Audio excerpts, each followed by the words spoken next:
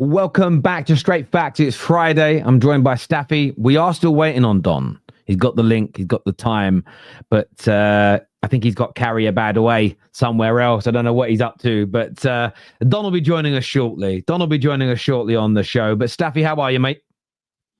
I'm good, man. I'm good. I hope my internet is not still lagging, but I'm good. I don't know where Don is. He's late per usual. I'm looking forward to hearing from him because remember in the group chat, he wouldn't answer my text during the week. So I was like, you know what, Fairs, I'll save it for Friday because apparently I can't ask about European football since I'm not in it. But there is a new rule with Don.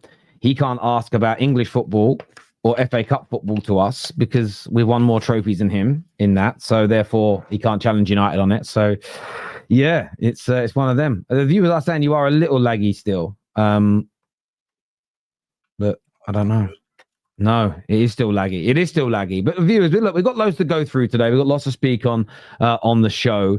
And we're going to be talking about Man United versus Tottenham. We've got City versus Liverpool. Are Arsenal going to extend their lead at the top? We'll couple in that. And we've got Jamie Carragher has had to say today, slamming the state of English football.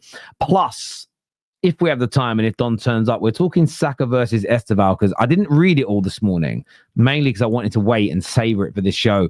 But Don was going on one and essentially said, don't you dare compare Estevão to that of Bukayo Saka as if he is light years ahead of him. That's how it came across to me. So we've got loads to go through, loads to talk about. Please like the stream if you haven't done so already. If you're watching over on X, it'd be amazing if you could come join us here. If not, retweet and hit the like button. If you click on the link on that X post or that Twitter post, I still like to call it Twitter, you can come and join the Football Terrace community over here. Viewers, let us know where you're watching from around the world as well. That would be amazing. But we might as well start with Man United as it's you and I here at the beginning, Staffy. And how are you feeling ahead of tomorrow's game? It's the first kickoff. It's the early kickoff. Maybe an okay. I don't know how you view the Nottingham Forest game now a week later, but unbeaten in the last four. The manager just got manager of the month and Bumo's player of the month. Šeško's had a lot of attacks all week. How are you feeling ahead of the Spurs game? Mixed feelings.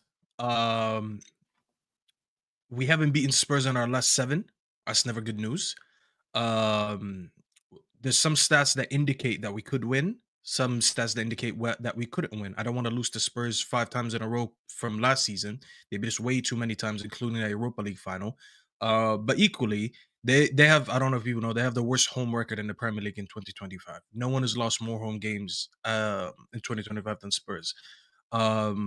Another stat that I found was interesting, only Liverpool have registered more shots this season than Manchester United. So there's good indications, there's bad indications. I think they're a little bit of a turmoil right now. You can see Spurs fans, they're not happy with what's going on. They're talking about their style of play. It's not sustainable. It's boring. They're only generating 3 shots at home against Chelsea. They're not really having a happy time. Equally, I think we're a little bit annoyed that in last game against Forest after going 3 in a row.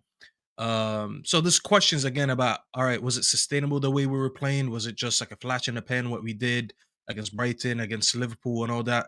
So there's a lot of questions to be answered. I'm not personally so excited for the game. I think the type of team that Spurs are, we kind of tend to struggle against. They pack the midfield. They have a lot of ball winners versus good ball players, I should say. Palhinha, Bentancur, Sarr, they all work hard. I don't think it's going to be easy to bully them and win 50-50s against them or press them and all that stuff that we did in the last 2 games. But equally, I look at them, I'm like, I don't really see them offering too much of a threat. And I don't mean it in a disrespectful way. I think we've played more talented teams going forward than them. So it's one of those games where I'm like, can we just ignore the midfield and just play end-to-end football? Because I think that's where the danger is going to be. And that's what I'm looking at. And I'm like, you know what? If we can if we can have a plan that we just ignore their midfield, play a little bit long, and go to Sesko, go to Cunha, go to Mbumo, I think we could have something for them. Equally, I'm not really impressed with our defensive record. I don't know if you saw my tweet from earlier. We are bottom 3 in expected goals conceded. So we were expected to concede 50. Yeah, you're your internet is just still like crashing every few minutes. I'm not too sure. I know maybe it's not your internet. Maybe it's your CPU and your computer's running a bit slow or something like that. Try. I would say kick yourself out. Start everything again, like your computer, turn it on and off, and come back. Let me restart my modem. I'll be right back. Yeah, all right, mate. No worries. Staffy will be back with us in a minute, but I'm going to continue that conversation. The boys will be back in a moment. Look, for me, by the way, if you haven't done so yet, hit that like button. Let's get that smash right now. No messing around, no joking around. Get it hit. Get the show likes. I think we should just pause the show until we get more. Well, we're nearly on 100. Let's try and get this to at least 500 whilst we're live on the air, please, people. If not, 1,000. If you're watching on your TVs, pick up your remote, get it done. If you're watching on your laptop, use the mouse, get it done. You're watching on your phones, just tap the screen now and get the like locked in. It's very important for the independent channels to go and get that done. But it's just me right now. Just me, live. But I'm a bit like, we'll go back to what Staffy was saying, but I'm in this sort of mindset of I haven't changed my mind since Wednesday, and I spoke when I was with Sam and Mo. My mind hasn't changed at all. Of course, we can win this football match. Man United have the capabilities of beating Tottenham. One of my biggest fears is history here. And what I mean by that is, one, with four defeats on the bounce. If we lose tomorrow, we match a record from started in 1914, ended in 1920. Obviously, there was a period of time in there because of the war. There wasn't games where we didn't beat Spurs for 5 matches, and that was 1 draw and 4 defeats in that period. I'm scared of that record being beaten tomorrow. And United have had a horrible habit in the last decade of my life, having these terrible records broken, having these terrible records go against us. Spurs, as Staffy alluded to, have been awful in the calendar year at home under 2 different managers. Maybe it's the PTSD of how bad my team has been. Maybe it's the fear of getting a little bit too excited and being dragged back down to planet Earth. But I find it very, very difficult to be confident going into this game. But I wish I was confident. I'm going in with an air of trepidation, but there is hope. I feel like the story of Pandora. There's all these horrible emotions and fears and worry and things flying at me, but there is hope sitting there. And I hope we go and put in a good performance. I hope we go in and win this game. I hope we continue the unbeaten run. I hope we go into the international break on a high. I hope we break this terrible run of form that we have had against Spurs. And like last year was a horrible one because there's 2 or 3 games where they beat us.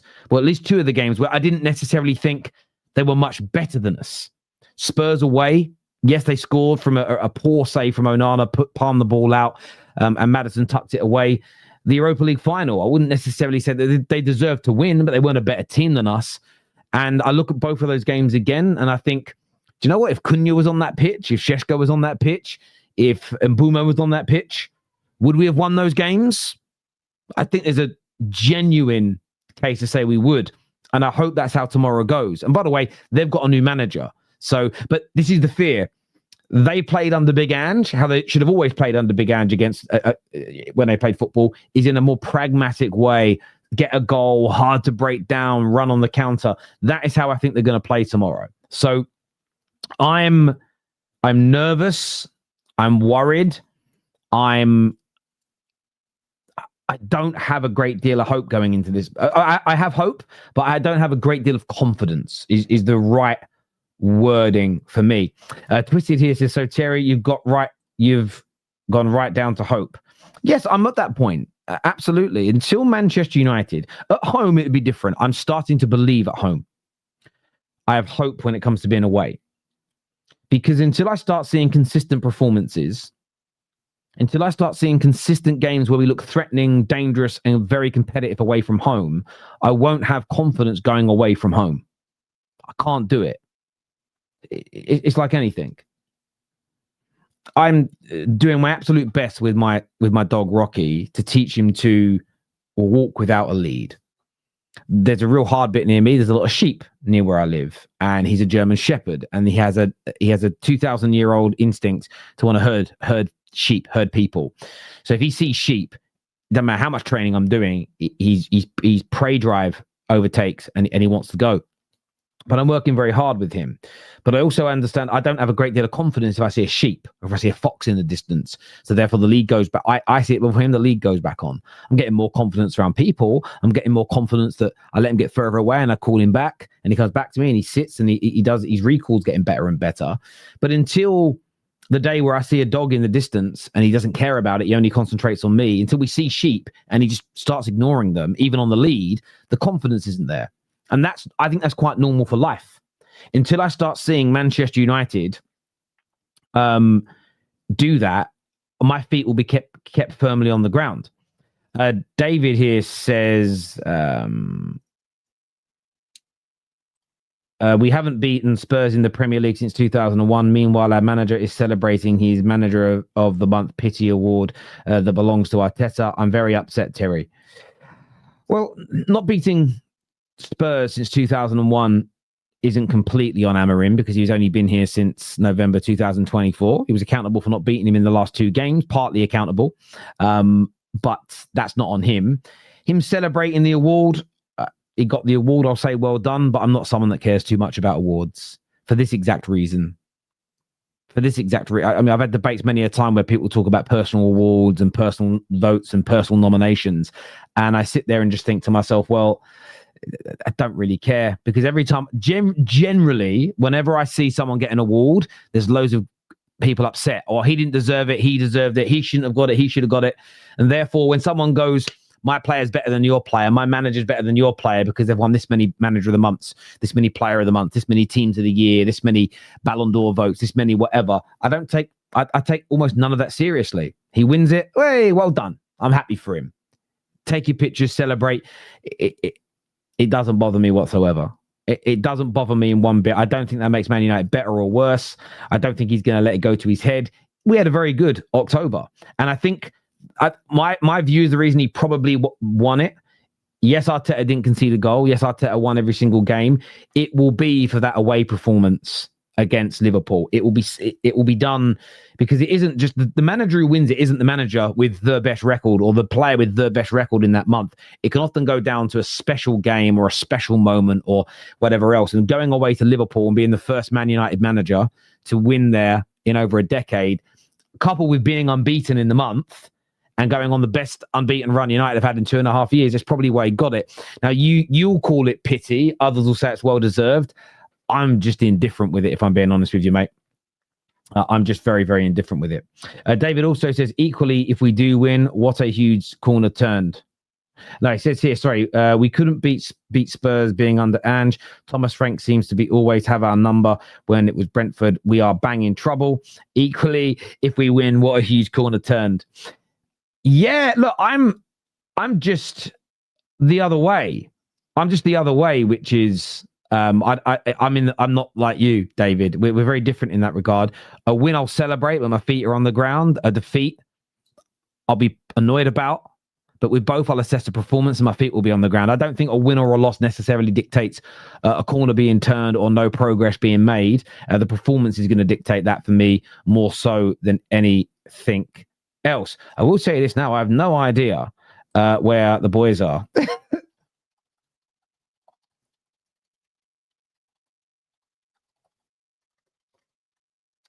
I have no idea where they are. None. Staffy's computer must have broken. Wasn't superstition, more like matter trolling. I don't even know what that means. Staffy is back with us now. Hopefully everything's working his end. But the fact it took him this long, probably had to update his computer. Terry, he won it because Arsenal fans voted because of superstition. Oh, okay, right. Superstition. I hear you now. Right. Is Staffy back with me? Oh, no, I don't think Staffy's computer is working at all. I don't think his computer is working at all. There we go. It still looks like before. What's going on? It's still shit. Yeah, it's not great. I have no idea what's going on. I rebooted the whole thing as well. Interesting. Yeah, it's just jittery. But can people hear me at least? We can hear you, yeah. I mean, it would have been nice if Don was there. I would have tried to figure it out for a little bit longer. But... Yeah, I have no idea where Don's gone. He was in the group chat only like 40 minutes ago. Yeah, rebooted the whole thing, man. Apologies. I have no idea what's going on. Yeah. Interesting. But yeah, just try and talk, and we'll see how it goes. Yeah, what were you talking about while I was in here? No, I was just saying that I sort of similarly to you, we can beat them. I hope we beat them, but I don't have this great sense of I don't have any sense of confidence we'll beat them. It's a hope thing right now, and I don't even mean that disrespectfully to Amram or the team. It's just a terrible away record for the past, and this is why I don't put it all on managers. The last 18 months, our away record has been horrendous. I think we've won 5 games away from home in the last 40 odd matches. I think we're turning a corner at home. I think the home form's looking better and better, but the jury's still out on the away form for me. So yeah, I'm glad. I'm kind of happy and annoyed it's the first game, if that makes sense. I wish it was later. I wish it was a later game. Yeah, I heard you talking a little bit about the Manager of the Month award. I kind of get where you're getting from. I'll be honest. I think Arteta was robbed. Now I'm really trying to not be biased on this whatsoever. If a Man United manager took us undefeated throughout a month and not concede a goal, they barely conceded a shot on target, and they don't even, and the manager doesn't win Manager of the Month, I think it's a robbery. I'll be honest with you. I understand why Emery won it. I mean, he did go undefeated as well. 3-1 draw. Good away. I 100% should have been Arteta. Yeah, listen, I can understand why people would say that. I was just saying, though, you'll probably find the reason being is going away to Liverpool and winning.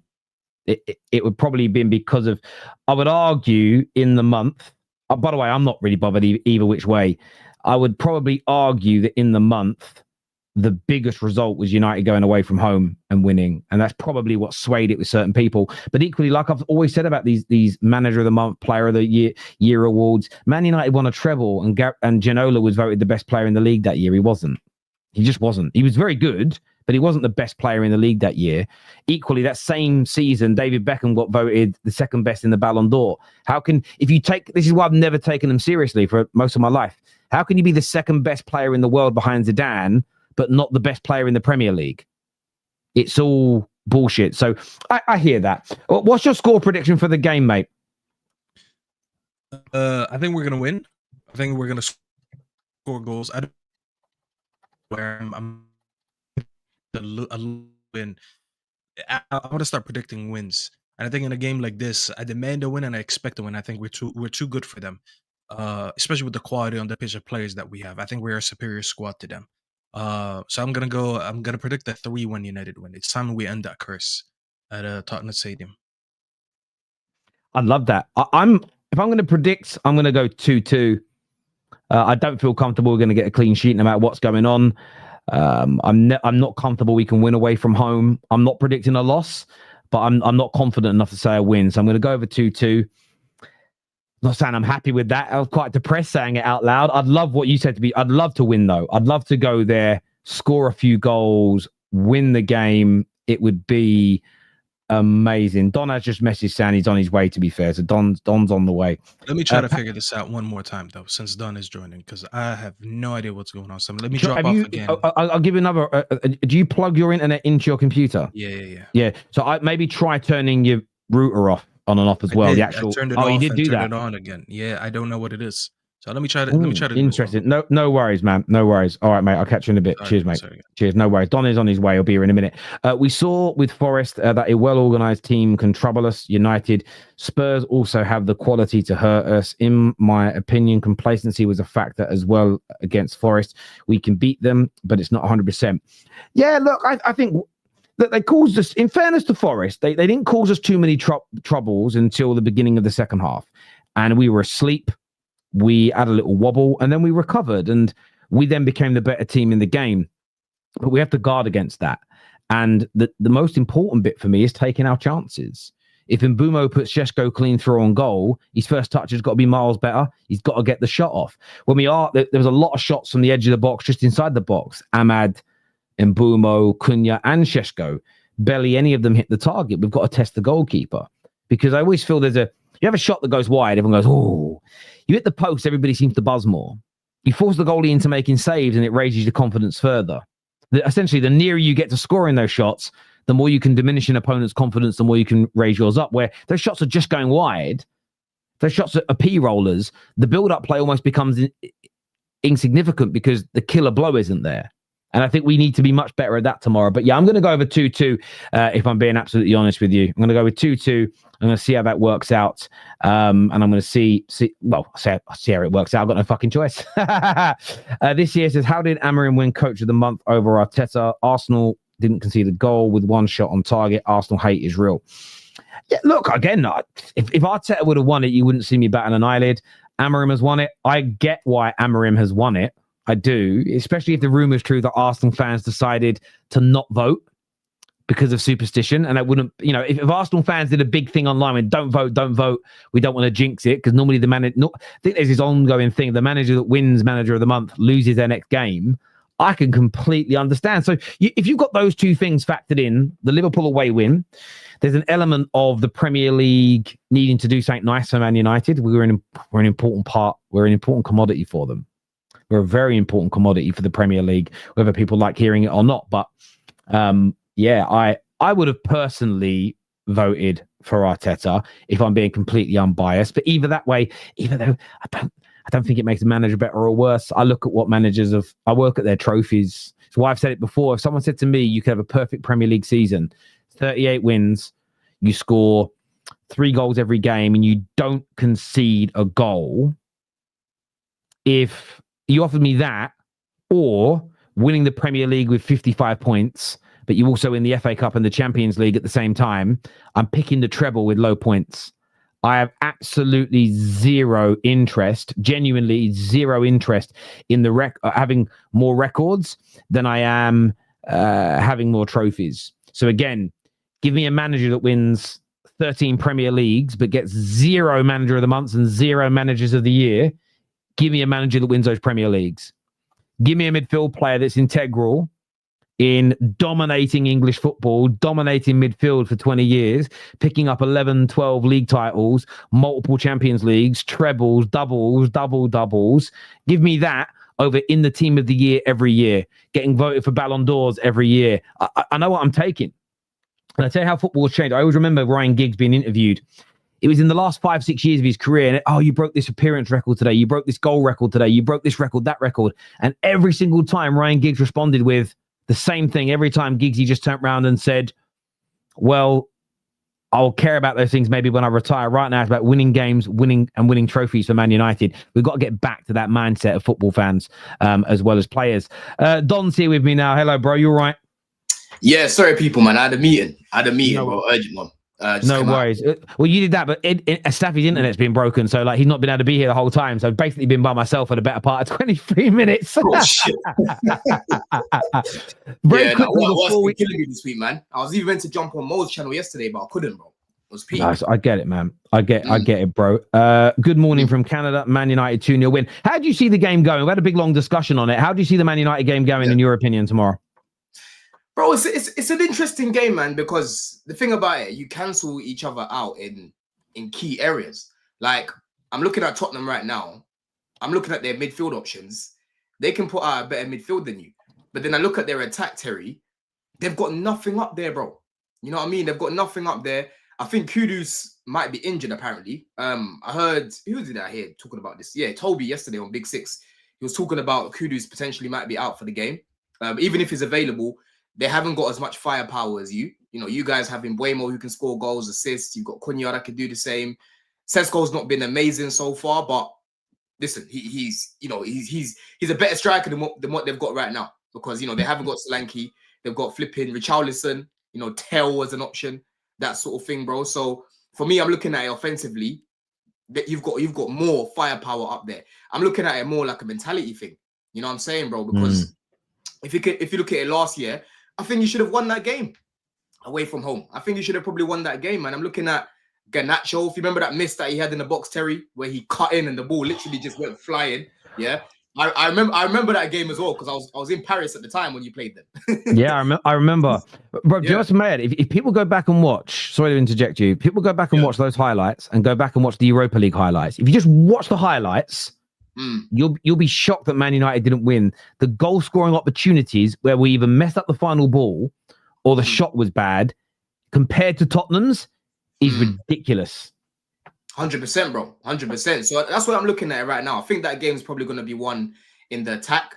But then at the same time, I can see you guys maybe just sort of trying to work each other out, figure each other out. And then before you know it, set piece. That's the only way that I'm seeing Spurs potentially scoring. I'm not seeing many goals in that attack. You know what I mean? I'm really, really not, man. So if I was a United fan right now, I would be looking at this game as a must win, because yes, Tottenham won their last game, but end of the day, you saw their problems against Chelsea, bro. You know what I mean? You press the fuck out of them, you don't let them play, you know, and you defend your box well. They have, you know, not many problem solvers. Xavi Simons, is he going to turn up in this game because he played well the last game? I don't know. There's so many I don't knows with Tottenham right now. Whereas with United, I can at least bank on some of these guys to be scoring. You know what I mean, bro? So that's what you've got to change the narrative, man, because it's been a while since you've really beaten Tottenham. I think recently they had your number.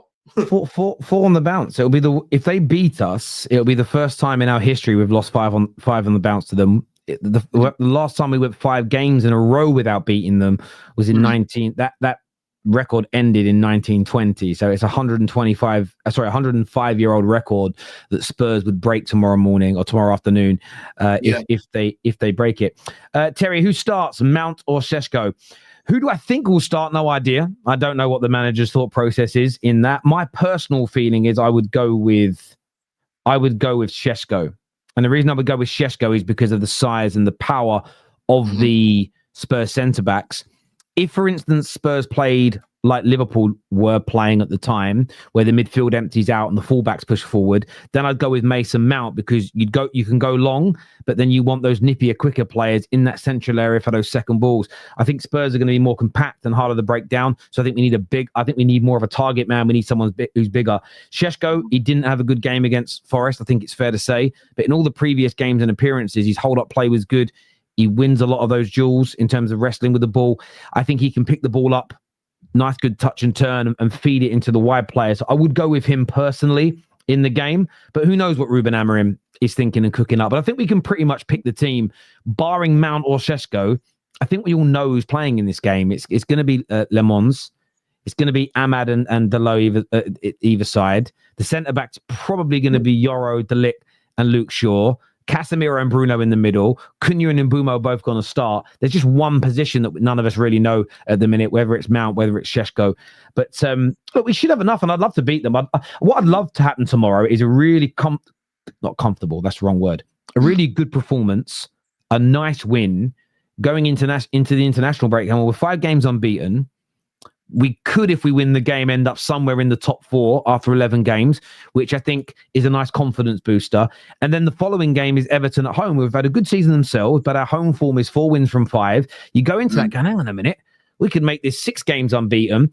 And then it's about, does that confidence start to grow? Because one thing with this Man United squad, its confidence was so low. Forget ability for a minute and forget tactics for a moment. The confidence has been so fragile. And there were some things, even in the Nottingham Forest draw, that I took as a positive, in the sense that we fought back from that moment of adversity, where I think in the last 18 months prior to that, we definitely don't. We end up losing 3 or 4. In that game, bro, listen, watching that game, you guys were being, I feel like you were being cut through in pretty much every attack, right? I feel like Forest just needed that little bit more of quality in the final third. I think they kept breaking down their attacks. They kept playing the ball a little bit too early to their striker. Like, he kept being found offside, Terry. If you remember, bro, Hudson-Odoi was cooking in the game. Like, if I was looking at any team and was going to put money on any team scoring, I would have put it on Forest. Because when you scored the goal, I even said to my boy in the group, I was like, bro, like, yeah, you're winning right now, but I'm telling you, these guys are going to come back. So when they scored their 2 goals, I wasn't even surprised, because I could see how your midfield was just being cut open, bro. It honestly felt like a bit of ping pong, right? It felt like I was watching Chelsea in Poch's season. You know what I mean? Yeah, I mean, they easy to play through you. They had the ball, but if you go look at in the early stages of the game, they had a couple of moments where they were caught offside, and then between then and half time, they did very, very little in the game. They had 17 shots in the match, but actually, barring the 2 goals, which were from close range, nearly all of their shots were P rollers and bang average efforts. they had one big chance, but that was actually from the header that came down for the second goal they scored. They didn't create any big chances in the game, and neither did we. I didn't feel that threatened by Forest for large parts of the game, personally watching it, although they had some of the ball. I actually thought why were they being caught offside? Because United's offside trap was working, and I'm going to credit our defenders for doing that. They were losing the ball in a lot of the attacking areas because the player would control the ball and Delit or Shaw or Euro were winning the ball off them. And I'm going to credit my defenders for winning those duels and winning those challenges. Of course, if we don't win, I thought Shaw was good, like the blocks. Yeah, I mean, if we don't win our duels and we don't play offside correctly, teams are going to get more goal scoring opportunities. But if they do, then it's great. But as I say, look, I'm not confident about away games. I'm really not confident about away games, and it would take a good 4, 5, 6 good performances away from home. Not even results, because results can change because of a decision. But if we could get 5 or 6 good, solid, confident performances away from home, I'd probably go into this game a little different. And that's what I'm saying. Your away form's not good, and then Spurs is away form. Sorry, home form ain't great. Like, yeah, I feel like this game's going to be a draw, but then something has to give this time round.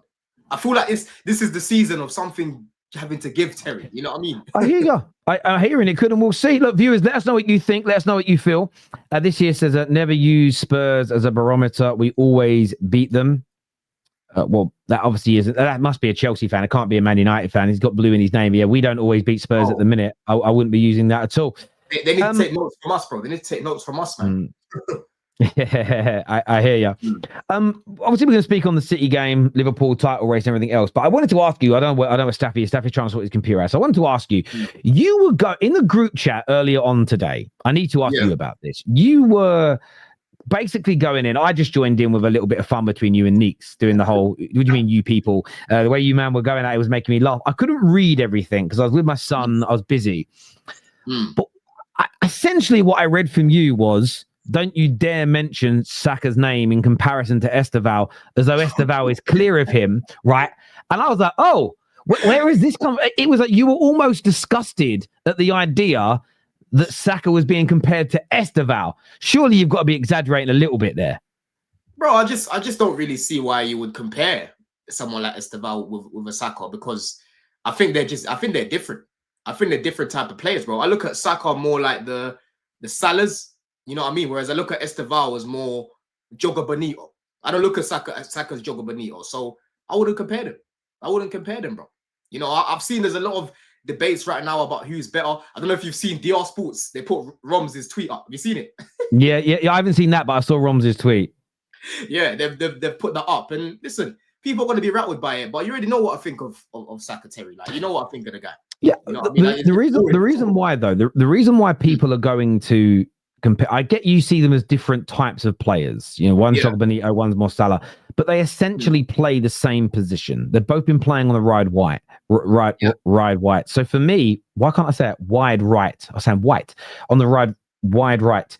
So people are going to have those conversations. And in fairness, this conversation this week is because of Rom's tweet. We shared it on. I was on the phone to him. I think I was on the phone to him when he said he's going to tweet it, or like was messaging each other at the time. Yeah, it went viral. I shared it. I shared it on a stream. I think we shared it on the Six-Sided last night. DR Sports have put it out, so it's created a conversation. And you said something that was so interesting in the group. Now, listen, I think it's fair to say Estevão's got a high ceiling because he's got a greater level of technical ability.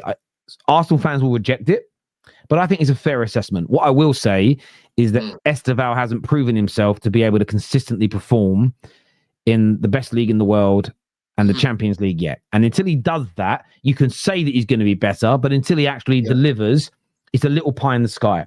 But I wanted to pull on something you said about Saka not being consistent and you need to see more from him. And I want to ask you a question, really, and I want to get down to what is it still that you keep talking about this consistency from Saka. Quantify that. What does him being consistent look like? How would you word that? Go back to the performances when, you know, he was putting out before he got injured, bro. I thought Saka was very good. I think for me, the way he was playing, he was probably going to have his best season as an Arsenal player. I reckon he would have probably beaten his best GA, playing in the Prem as well. I thought he was fantastic before he got injured, bro. and then he came back, and he wasn't looking great. Obviously, he was injured and whatnot. It's not easy to come back, rush back even from the injury that he had, But that's the level that I'm talking about, Terry. So when Neeks was like, "Oh, he's consistent week in, week out," that's where I have to come back and push back a little bit and say, "Bro, he's not though. He's not consistent week in, week out. He might be steady week in, week out, but to say he's consistently good, that's where our standards are different. Because my standard of consistent is clearly different to his. You know what I mean? And clearly this season, right? It's not. Okay. I've heard many Arsenal fans this season, including people I'm in group chats with, because I'm in group chats with a lot of Arsenal fans. Well, they've not been overly, impressed with Saka's performances this year.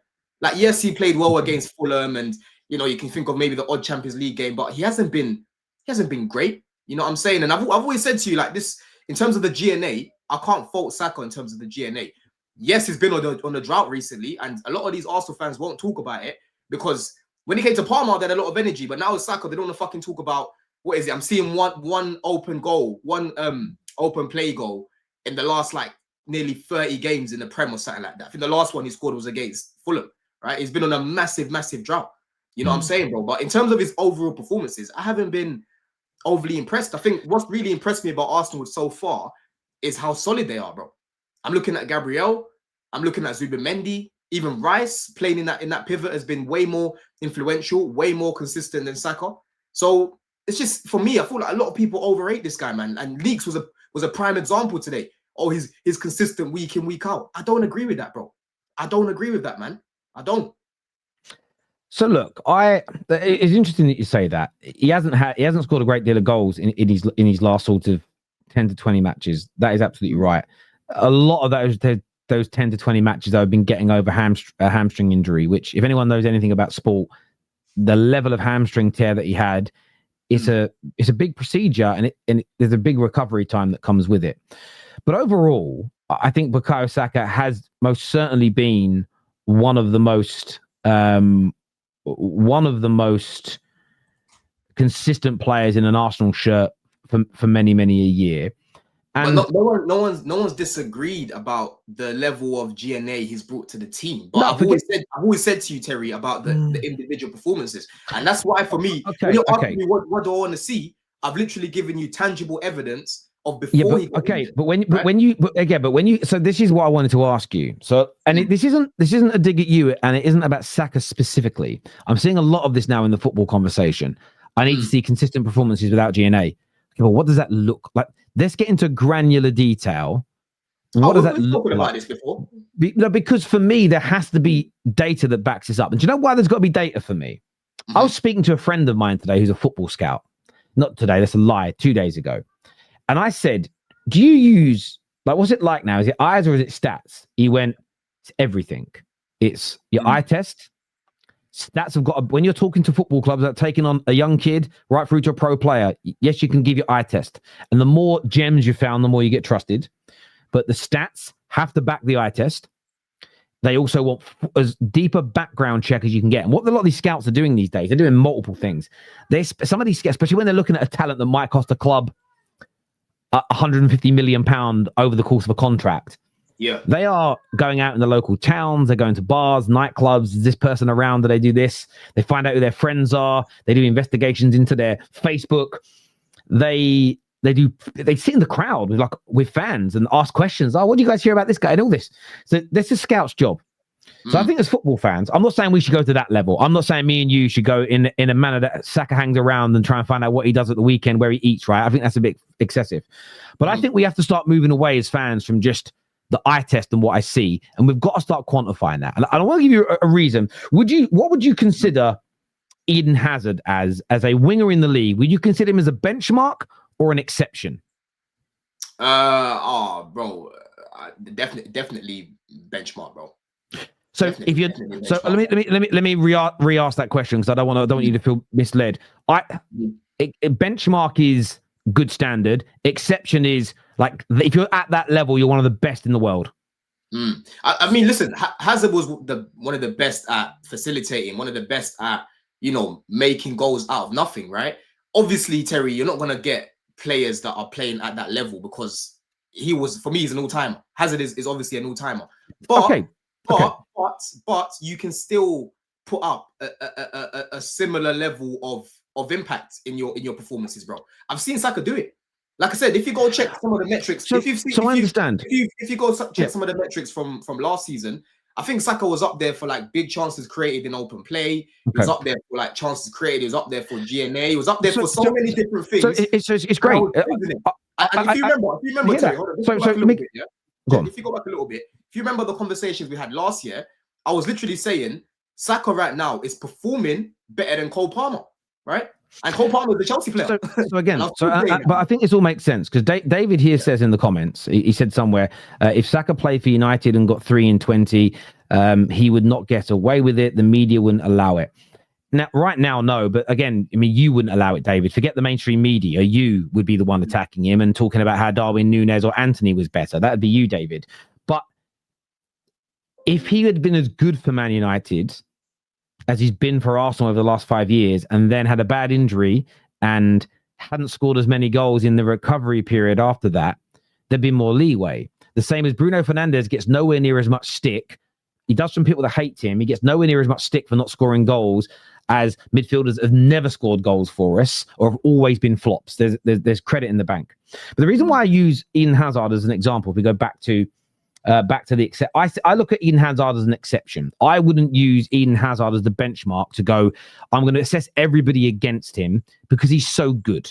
I think you can look at the fundamentals of fundamentals away from DNA, bro.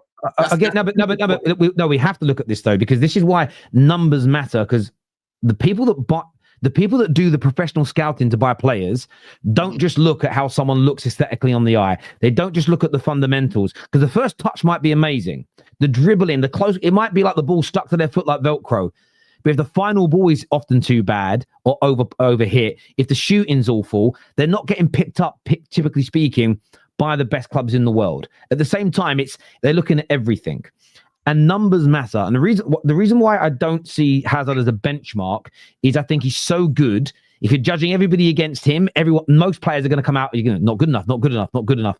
And you may never see a winger at Chelsea ever again as good as Eden Hazard because he was that good. He's one of the greatest you've ever had, one of the greatest the Prem's ever had, facts. But then I started looking to go, well, what did the greatest deliver in terms of efficiency as a professional football player? For instance, he used to score in the Premier League, this is 0.35 goals per game. So it's essentially a goal every 3 games. He would assist 0.2 times, an assist every 5 games.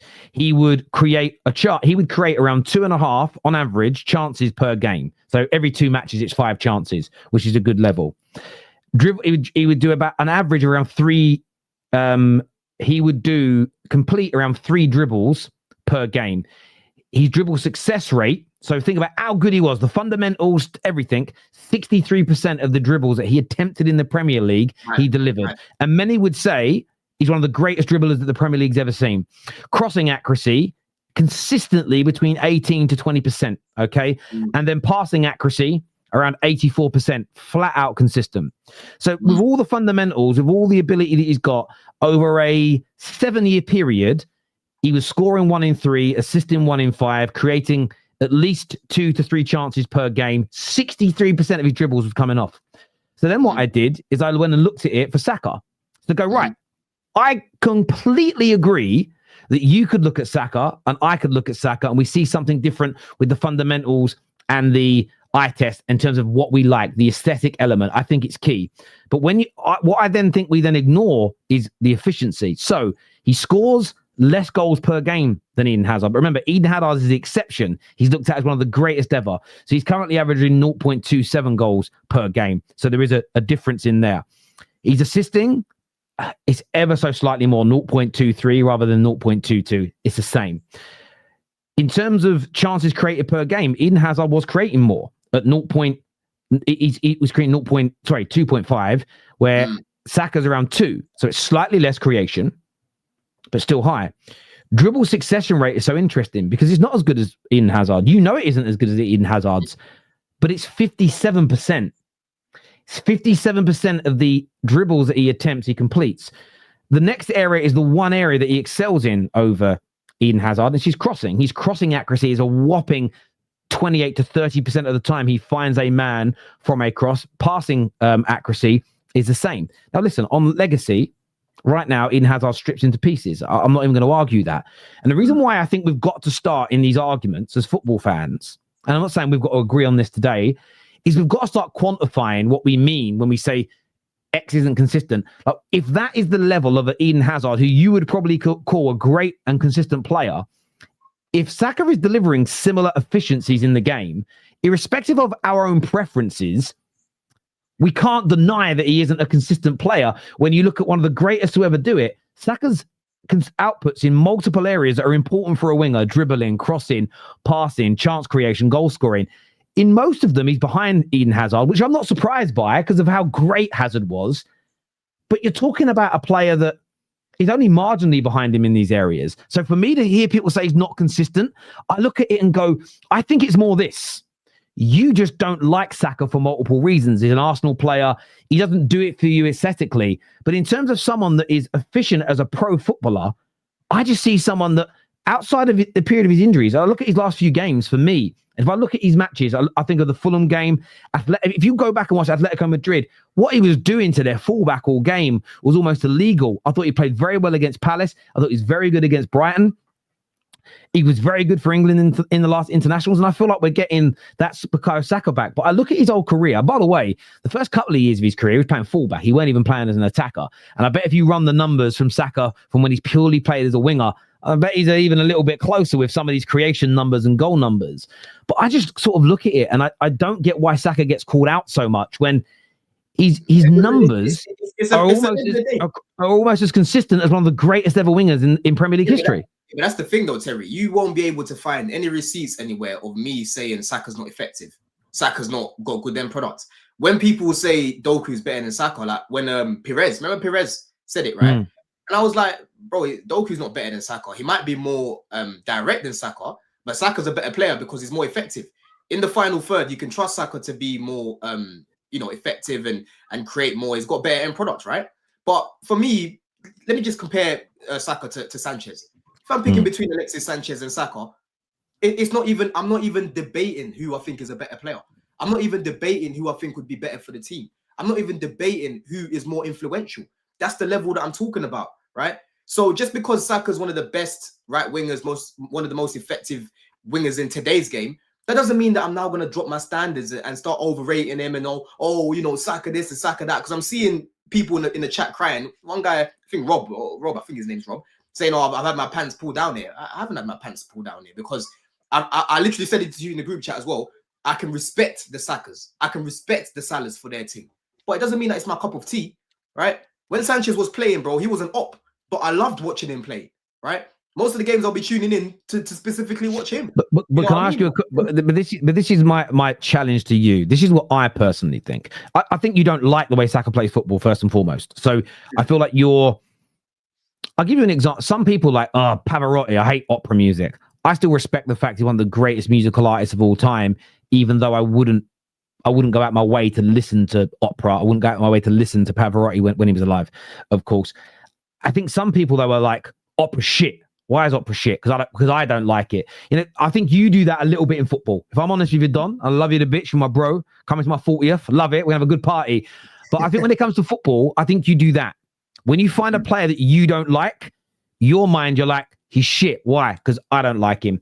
And I think I've never called Saka shit. I know you haven't said he's shit, but I know you haven't used the words, but I think that's how you view it. I think you look at it as doesn't make me feel a certain way, so I don't like it.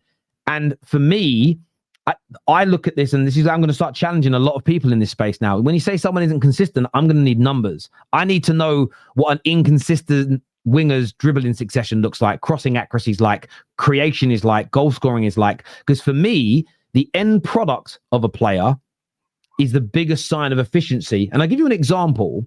You've looked at Xavi Simons this year, hasn't been very good. But in all the games when he hasn't looked very good, he still looks good aesthetically. Does that make sense? The fundamentals have been there, but he hasn't delivered anything. And for me, I want both. But if I can't have the output, I'd rather have output and no flair than flair and no output. I'd like both, by the way, if I could, in a utopian world. But I find it interesting that players like Saka get called inconsistent when I know, listen, I'm not comparing him to Alexis Sanchez, but he's one of the most consistent football players of the last 5 years in the Premier League. My eye test says it, but the numbers back it up. I don't get why he gets so much stick for being inconsistent when there's barely anybody in those positions that's been more consistent than him. Again, I can't. You can't try to tell me I haven't bigged him up about the GNA. It's just that, again, bro. Like for example, Olise. Me and Igal got into it the other time because I said Olise is better than Saka when he was at Palace, right? Do you think Olise is better than Saka, Terry? I want to make sure I quantify this in the right way. I think that Olise, on an aesthetic level, I think is better. In terms of delivery, look, he's doing it in a league that's easier. I don't think the Bundesliga, the German league, is as easy as the Premier League. And in the Champions League, listen, you can't.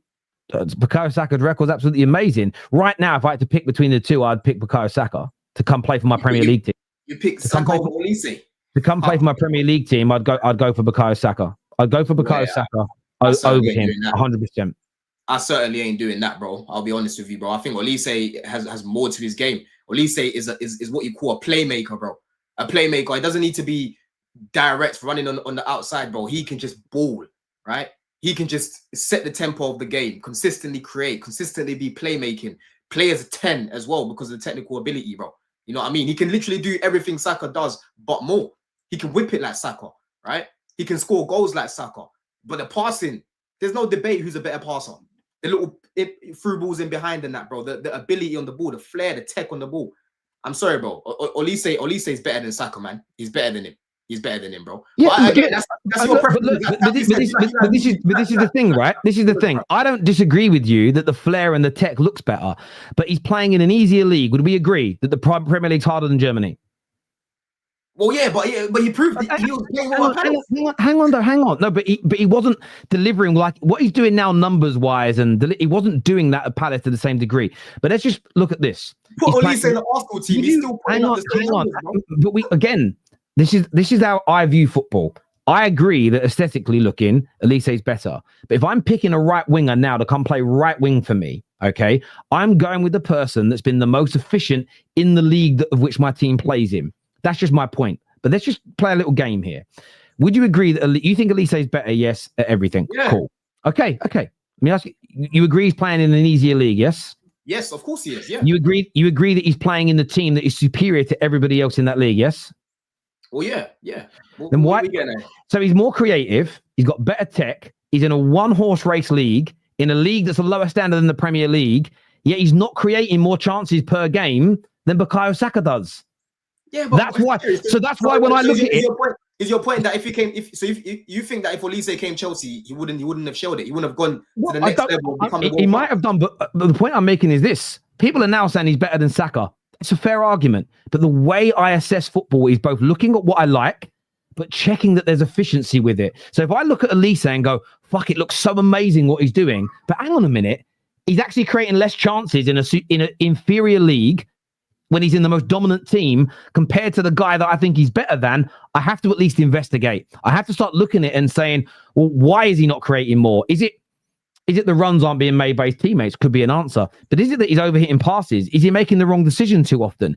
The fundamentals might be there in terms of how things look, but everything needs to be assessed. And I think we've got to this. What I don't like in football anymore is I've just got eyes and this is what I like.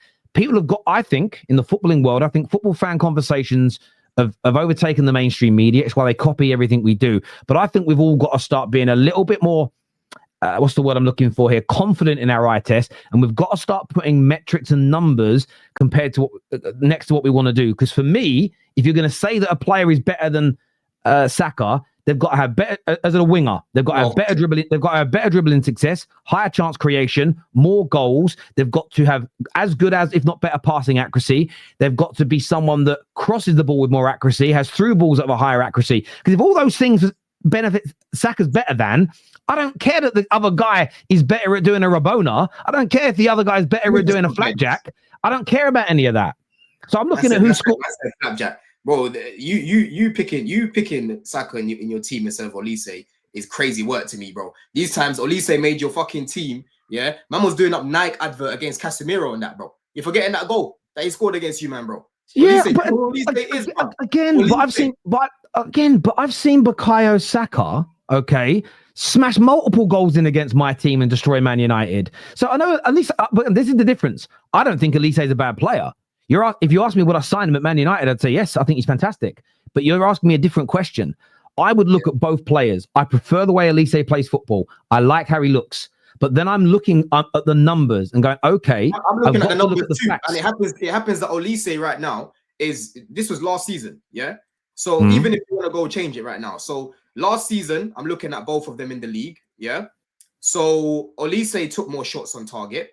Olise had more XG per 90. He had more assists per 90, more expected assists per 90, more XG and XA per 90, right? More accurate passes, more successful dribbles, more accurate long balls. All you can see, bro, look at that. But hang on, but hang on. But that website you use, right? That website you use, look, I'm looking at this. Saka spent most of last season out injured. We all know that, right? So I'm not looking at last season. I'm looking right now I'm on whoscored.com. And this is also why this season as well. Hang on. Don, let me well, I'm looking at who scored right now, okay? Elise's creating 2 key passes per game. Bukayo Saka's is 2 key passes per game. Now, I look at it like this. I think they're both fantastic. You're asking me to decide. So, by the way, it's a question off the cuff that I put no thought into before we went live. So it isn't something that I've sat here and studied and discussed and looked at. But what I'm going to look at is the guy that's delivering consistently in the harder league. I'm then going to assess their numbers. Now, by the way, come on. Hang on. No. There's no coming on. Because we've also seen... What about his time at Palace? What about his time at Palace? Bro, you're talking about... I'm looking at this season because people are saying, Saka was injured last season. This season, Olise's played 677 minutes. Saka's played 594. Olise's played 9 games. Saka's played 8. Yeah?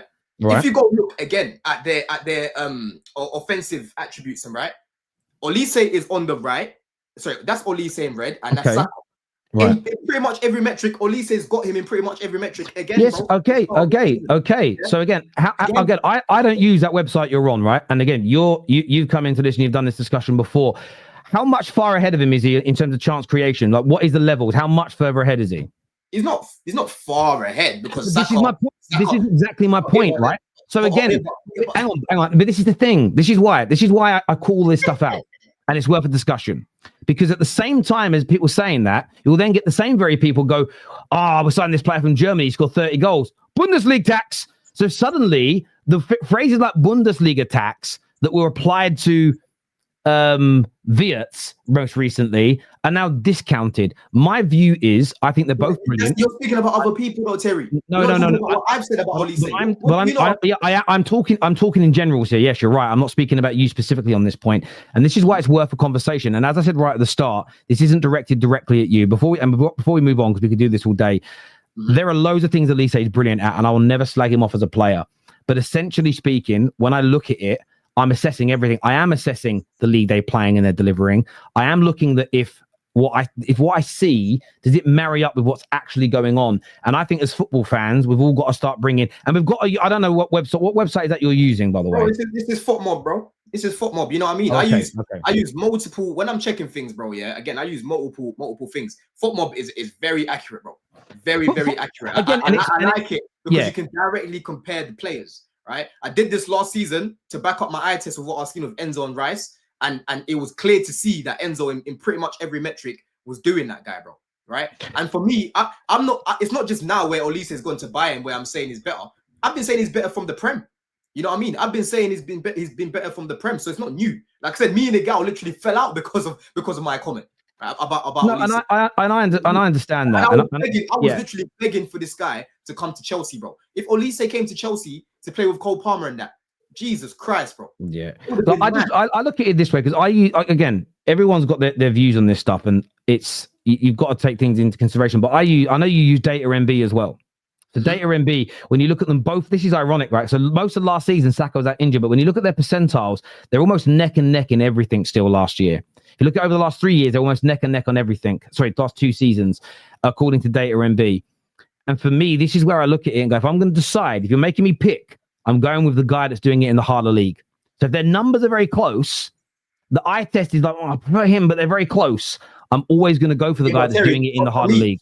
for me, I just feel like that logic is a little bit flawed because we've seen Olise being one of the best right wingers in the league, in the Prem, right, at Palace. Obviously, he's not going to be, you know, like that team. If you look at the style of play, for example, they were just, most of the time, Olise is just sitting back. And I understand that, and that's fair. And for me, I would only hear that it's the guy that's, if Olise was already playing in Germany and we didn't see him in the Prem, I would hear that more. But the fact is, we have seen him in the Prem. But that's a great argument. And like I'm saying, I'm splitting hairs here on a question that I wasn't prepared for. But look, viewers, give us your thoughts and opinions on it, because we are going to run out of time on the show. It's a good debate, bro. But my view is this, right? I'm not saying I've got all the answers, and I'll be very, very clear. I'm saying what I'm going to start saying to people on the floor. I don't care what other platforms do. Let them crash and burn. People have got to start bringing numbers to this now. So when someone says to me, your winger's too inconsistent, I'm like, well, this is how many dribbles he completes. This is how many crosses he puts in that are accurate. This is how many goals he scores. What do you put a number on what consistency looks like? And this is my promise. Most people won't want to put numbers on it. Do you know why? Because 2 reasons. One, they'll be too scared that player hits the consistent number and they have to say, I was wrong, he is consistent. Or the players they like might not hit those numbers, and then they have to say the player they rate wasn't consistent. I've noticed that it's just more of a case of, it ain't about me being right or wrong, because there are some players I get right. There are some players I get wrong when I make predictions. I thought Højlund would do a good job in England. He bombed. When I said Haaland would come in and break records, I got laughed at, and he did right. And we all get stuff right. We all get stuff wrong. And it's not about that. But I think what all of us have to start doing in these conversations now, this player ain't good enough. Why? Doesn't do X, Y, and Z enough. Well, what's the right levels you should be doing? We've got to bring something tangible to these debates now. But Terry, I love that you said that, though, because people like to call me statics Don and that. You love your stats and that. Bro, I do a show of rants weekly. These guys cook me because I come to rants with the metrics. You can't try to tell me about not coming with tangible evidence. No, I hear you. I hear you. You know what I mean? I hear you. I hear you. You barely heard me cooking Rice this season because he is now playing in the position where he is most influential. I kept telling you this, bro. This guy's not an 8. Play him in his natural position. You'll see better performances. What am I seeing this time around, bro? I'm seeing a more consistent Rice. I'm seeing a Rice that is I can actually see man on the pitch. But he's playing in an 8. He's not playing in an 8. He's playing in a pivot, bro. Yes, but see, this is where me and you see the game differently. See, I don't care about double pivots. We do see it but this is it. But I don't see it as double pivot, single pivot in a free. I look at the actions of a player to decide what role he's playing. So I don't care where Sky Sports put him on the screen.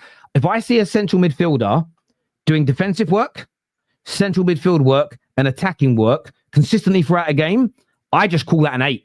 I don't care what number they wear on their back. I don't care about the formation. That is to me a box-to-box midfielder, and I consider a box-to-box midfielder an 8. He hasn't been taking up the same positions that he was taking up last year, bro. Like mainly playing in the half spaces majority of the time, and he's coming back to help. Now he's actually been in front of the centre backs majority of the time. If go check the heat maps, bro. He's not playing as an 8 this season. He's doing both jobs. He's getting the license to go forward. But in terms of his positioning where he's been this season, he's been a lot closer to Zubimendi, bro. He's been a lot closer to Zubimendi. Yeah. If you go look at what he was doing for West Ham as well, he was doing a similar thing. Now I'm not saying Rice just stays there, because he doesn't. Like Arsenal will apply a lot of pressure. Rice will go forward, yes, but before he was starting in that left half space majority of the games, bro. He was starting that little pocket further up the pitch and not tracking back as much. But this is the thing for me. Listen, they've changed things now that Elise's there, and we all know they've done things differently because Elise's there. But I just still see a player that, when Arsenal were attacking, spends a lot of time around the edge of the box. I've seen a player that does a lot of work defensively. I see loads, that's what I consider. That's what I consider to be an 8, and look, that's why I think it's always important to understand people's distinctions, because me and you probably see him doing the exact same things. You just don't consider that an 8 or a box to box. You consider that more of a sitting, and it's important to understand each other's distinctions as opposed to arguing whether they're an 8 or they're not. We both agree he's doing that role, and he's the best in the league at doing that role right now. Nobody gets anywhere near him. The people get near him, but he's the best for me. Let's do some more super chats here. This says, would you have an argument about the league if they didn't perform against quality opposition in the Champions League, but they've smashed their opposition? This is Josh. I understand that, but equally, it's about the it's the multitude of things, right? So, for instance, if you look at Eden Hazard's Champions League record, if you just went by his Champions League record, nobody would ever have signed him. But we've seen what he's done in the Premier League. I'm not saying I wouldn't sign Elise. I'm looking at it as you're asking me to differentiate between him and Saka. I'm splitting hairs because I think they're both fantastic. They would both do a good job, but I'm going with Saka. That's probably what I'm going to go with. And there's a bit of bias in there too because I watch him more. So there is all that in my mind. Now, it's the first time I've been asked that question and I have to answer it live on the air. It's not like, we're not working for Sky or Bleacher Report where they tell us what they're going to talk about 3 days in advance and they get to prepare a monologue and an answer. It's off the cuff to a degree. Going, I didn't know. She's thinking. And this is the thing. Josh, somebody comes up with some more information that I didn't know. I'll go, maybe I changed my mind. But this is what happens when you do live, unscripted, real podcasts, not something that gets rehearsed. In Sky Sports, when you see their end of games or especially their pre-game stuff, they rehearse that for 2 or 3 hours before people. None of that shit's real. Stop watching that bollocks. Terry, when you are spitting facts against Arsenal agenda from rivals, it's like watching Klopp's Gergen press. Amazing stuff. Appreciate you, bro. Especially the stuff this morning that Carragher said. Elise disappears in big games repeatedly, but he does. He plays the right way, so it's not an issue. Saka half glass empty. Elise half glass full to guys like Don is what Ola says here. I mean, I'd have to, again. That's a claim. I'm going to take your word for it.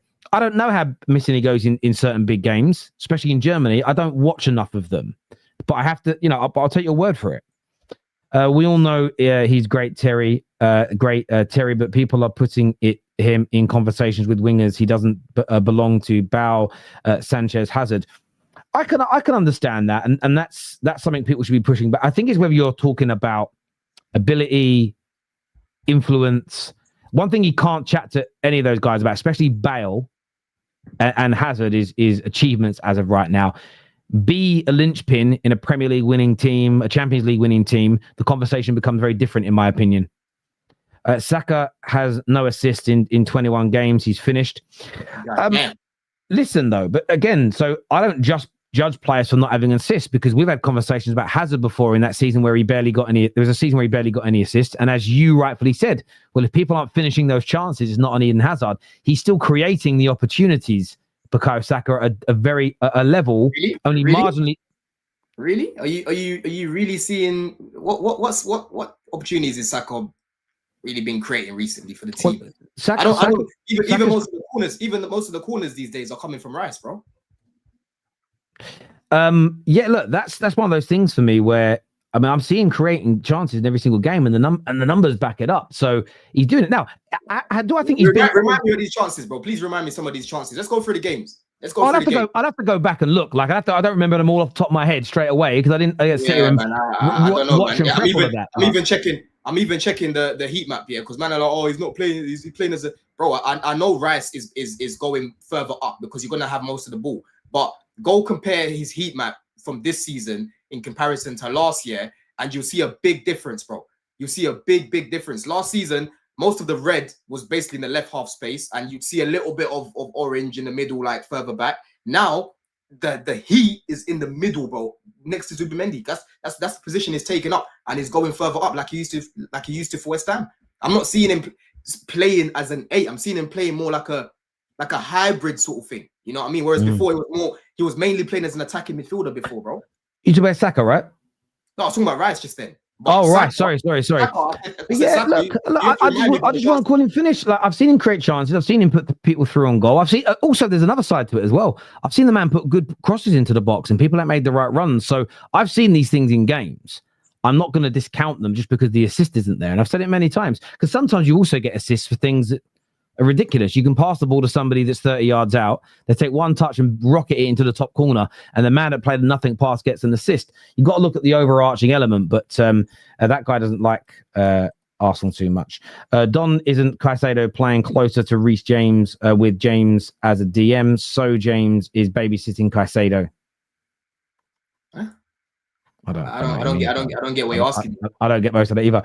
I thought these prestigious trophies Chelsea won recently gave them a winning mentality edge. I thought that meant they would challenge. Been average is what Rob says here.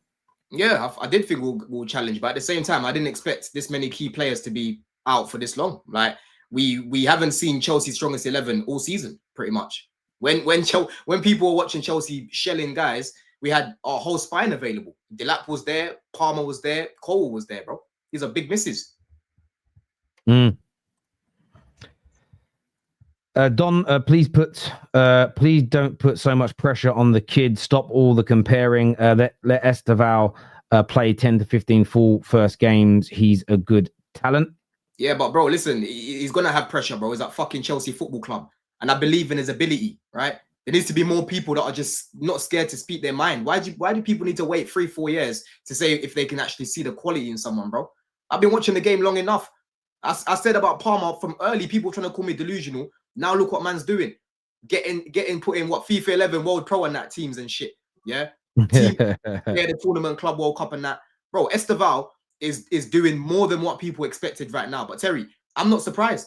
When guys were calling me delusional, how is he going to come into the team straight away? It's the Premier League, man. It's so physical. How is he going to do all this? I said, bro, you wait and see. And now he's Chelsea's highest goal scorer. Yeah. He scored more goals, more non-penalty goals even, because they want to do that with Palmer. I'll do it with this guy. Than Saka this season, bro. Go look at the XG and the XG and the expected assist from Estevão. No one is near him in the league right now, which means there's no one creating better chances than him, bro. He can whip it the same way. Go look at the corners that he takes for Chelsea. The chances he creates. It's just frustrating right now, Terry, because we want to be seeing him starting, right? We want to be seeing this guy starting every time. Go look at the game that, for example, you know the other day, Yamal had a fantastic game, yeah? They kept giving the ball to Yamal, I saw the exact same thing with Estevão the other day when we drew. See, it feels like a fucking loss. When we drew, he just kept giving him the ball, bro. He was the one that was looking like he could make something happen. And that's what I'm talking about when I'm talking about performances away from the GNA. He scored, but he had a good game away from that, bro. Yeah, I hear that. But again, I'm someone who sees that with Bukayo Saka many a time this year. Constant threat in the side of the team, taking people on. He doesn't, again, I saw him three times against Atletico Madrid as an example, because I remember that game quite clearly, where he beats his man, he puts the ball across the 6-yard box, and maybe Gyökeres hasn't made the right run, or the shot gets blocked as an example. So therefore, what you don't get on the stats marker is a chance created because of something that happens after it. But when you actually watch it, one day what me and you were going to do, we are going to get this done one day. Just it's been time is we're going to sit there and watch a series of games. We're going to film you, and we're going to basically have a siren go off every time he does the things you say that he doesn't do, and we're going to work out how many he does. We're going to do that. I want you to show this. Yeah, I want you to share this on the screen. Let me even DM it to you on Twitter. Right, you know what I mean? Because boy, this is what my boy is doing right now in minimal minutes when everyone knows that he should be starting right now. Maresca's come out saying he's ready to be starting. You know what I'm saying, bro? So please start this guy. Start this guy, bro. Yeah, quality player, bro. Quality player, man. Have you got that? Yeah, I'll get it in just a second, Yeah. mate. One sec. I'm gonna get it just now. You know what I mean? Why guys so sensitive about Saka, man? Honestly, you don't need to compare balls, man. Grow up. You know what I'm saying, bro? Yeah. I wish I was on the terrace back then, Terry, when Sanchez was playing, so you guys could see how much I love that guy. Yeah, I never thought he was better than Hazard, but broski, Sanchez was unbelievable. Unbelievable. You know what I'm saying? But I guess everyone's got to overrate Saka, innit? We've just got to love him. We've got to love him because he's one of the best in the world right now. All right, man. Miss me with that, man. Miss me with that, bro. I think the thing is, hey, what's taking so long? I've got to get. I didn't have any of. I've just got to get something up on my screen so I can get, because I don't just post what you're posting because it look awful on the screen. I'm putting it onto a graphic card. That's what's taking so long. I'm actually putting it onto a proper graphic so that it looks nice on the screen rather than just posting it with shit edges. Omari Hutchinson's better than Saka too. Yeah, I probably say it's more naturally gifted, but I don't think it's better. Like, it needs to be more. It's fun actually. The guy that did finish my tattoo for me, he's like office manager's son is best mates with Omari Hutchinson, lives with him and stuff. Is it? It was an interesting conversation the other day. That must be this season then that you've sent through, right? Yeah, of course. It's this season, bro. Okay, let me just it's downloading now, so I'm going to get up on the screen. So that looks clean. I want to make it look clean on the screen. Right, well, yeah. Let's go through the rest of the super chats then. Yeah. No, it's just done now. No, I'll share it to everybody, and then we'll do that, and then we'll go have a quick preview of a couple of games. So that's on my screen. There it is. There. So it shows Estevão in the top right corner for XG and expected assists per 90, and it shows absolutely fantastic. At the same time, though, this is what I do find interesting. Though this is the bit that I find interesting about it, because everybody sat here talking about essentially how bad Bukayo Saka has been since he come back from his injury, right? And this is the bit that makes me laugh, though, because, and this is what I mean. This is what I mean by I think sometimes there is a little bit of an agenda against him. Is that some people may have already found him, some people probably haven't. So we're going to make it a little bit easier for people in just a second. But then I look at it and go to myself, Estevão's come in. I think he's looked brilliant. I wouldn't put him above Saka yet because of a consistency level and delivering over a longer period of time. Teams getting used to him, teams working out his weaknesses. You often see players can come in and they can have this big shoot up straight away. But for everything everybody in the chat that doesn't like Bukayo Saka just said, for everything you said about not really being that good this year, when you actually look at him this season, he comes in there, which means this season, barring Estevão, he's almost he's like the second most consistent, almost the second most consistent player on there. And most of us would agree that Saka hasn't even got back to his best yet. So even at a time when people are slagging Bukayo Saka off and going, I don't think he's consistent, there's only 2 players in the league that are getting more expected assists. And you're sitting there telling me, what did he create? Right? He's only behind 2 players in the league, wingers in the league, for expected assists. In terms of expected goals, there are a few people that are ahead of him, but not by an absolute country mile. The consistency is to try and be as high in the top right-hand corner as possible. And he's in the middle of it both. So for Saka being slagged off for being so inconsistent, he still comes in such a good area. And that's why I can't attack him. And then I asked you, so let's go through the chances then. And you started stuttering. But no, it's not about stuttering.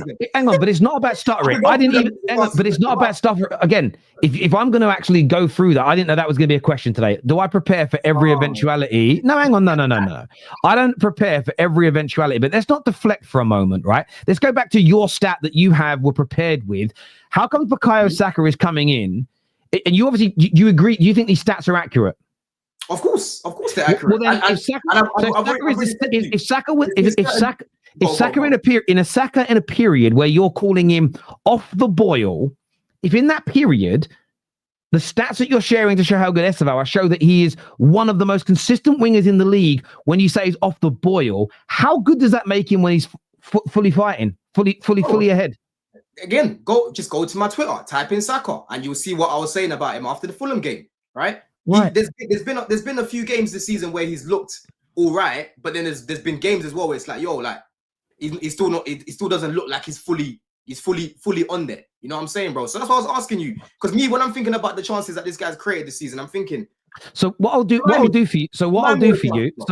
for you is every time now I see him create a chance, I'm going to write it down, and we'll do it on every Friday. I'll list off the chances he created. Yeah, you do that. But my point is this, that this is the thing, right? This is why I laugh at what you're saying about him, because I look at it from this lens and this lens only. You're having a go at him for being off the boil, but he's still one of the most consistent wingers in the league. The reason why is it just me? Is it just me? I don't care. Have you not had any after hang on a minute ago, but a minute ago you're saying. Let's not make this like it's a wild take. I'm not the only person that's been criticizing him this season. But it's not just me. A minute ago, don't bring other people up into this because it isn't your opinion. Okay, now you're doing. You're trying to make it out as if everyone's singing his praises and it's just me that's been a little bit different. But I also I'm hearing I keep hearing so many Arsenal fans. Even bro, I can't even lie. Certain man are saying, yo, even Dalman's look better than this guy, blood. Yeah, even Dalman's looking better than this guy, bro. You know what I mean? That's what I'm hearing. Move Saka to the left and let's play Dalman to the right, blood. Yeah, that's what I'm hearing these days. You know what I mean? So you lot can cry in the chat. You can be sensitive in the chat. That's your problem.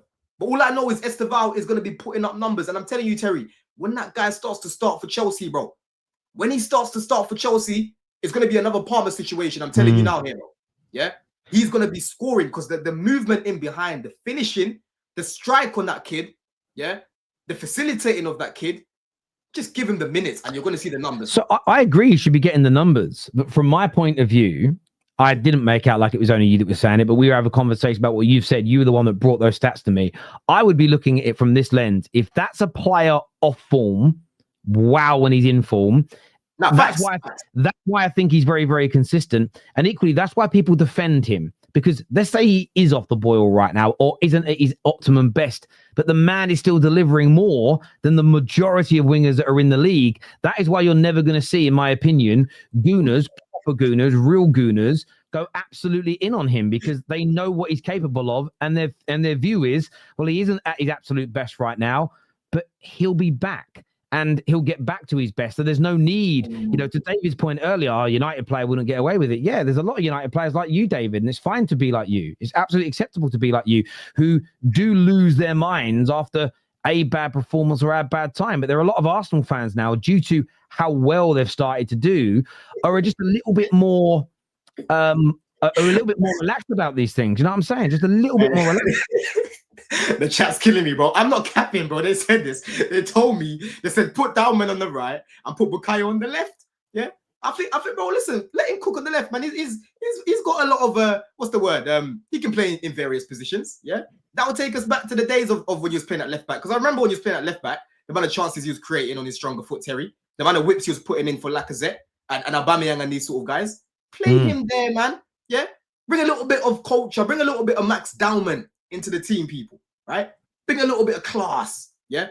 Max Dalman, he'll get the ball. He runs off the pitch. He plays it to the guy there. He runs off the pitch and runs back on the pitch and gets it back. Yeah. And you think this guy should just be shackled on the bench? Fucking baller. See, but this is the thing, right? This is also the thing, and I think Dalman's brilliant as well. I think Dalman is a baller, bro. I think Dalman's brilliant, but this also, I think, goes back into the point I was making earlier. There's certain players. I don't think it matters about their efficiency to you. It doesn't matter about what they deliver. There's a certain player that when there's an aesthetic thing or a style that someone has that will always make you rate a certain player more than another, and that's fine and that's fair. And that's fine and that's fair. I think he's effective, bro. I think Dalman is a guy that can win a lot of penalties for them. I think Dalman can definitely add more assists, like more goals into their team as well. I think long term he's more he'll be better down the middle. But when I'm looking at what he can contribute right now, bro, like what? He's 6 foot already and he's 15. He's still growing, bro. Yeah. On top of that, he just has that natural ability. But that's just it. He doesn't look out of place. He does not look out of place at all. I hear that. This here says, Don, you're right about Rice. This season, Calafiori has been playing and occupying the 8 from the left-hand side. Thank you, bro. I mean, look, this is, again, I test versus the reality, because I went and looked. Left-hand side is Calafiori. Right-hand side that I'm about to put on the screen is Declan Rice for their season heat maps. I'm just waiting for it to load on my screen now. It's taking a while, but this is the heat map that's come out. So why isn't it loading? My internet's good. 2030, bro. Listen. So look, that's Calafiori on the left. That's Declan Rice on the right-hand side. I'm not saying it does show that Calafiori's gone in on the right, as inverted on the inside. But by and large, the one on the right is Rice, and that looks like to me like someone who's playing 8. The guy on the guy on the left, the guy on the left looks like a left back. He doesn't look like he's hugging the touchline, but that for me is a left back and a left-sided midfielder. That's what I see there. So Terry, go compare. You see that right-hand side graphic of Rice? Yeah. Get that exact same graphic from last season. Let's see what it says. Oh, I'll have to go and find that. Someone sent these ones through to me. So I promise you, it's not going to look like that. I promise you, it's not going to look like that. I'm telling you now. If the same guy that sent it to me can go and find that from last season, please send it through to me, because obviously I'm doing this right now. I'm just putting it. I'm only going by what people are sending in anyway. Like Rice was mainly in the pockets last season. I don't know what people were watching, bro. He was mainly in the left half space, playing more as an 8, more as an attacking midfielder more than anything. Now he's basically playing the exact same role he played for West Ham.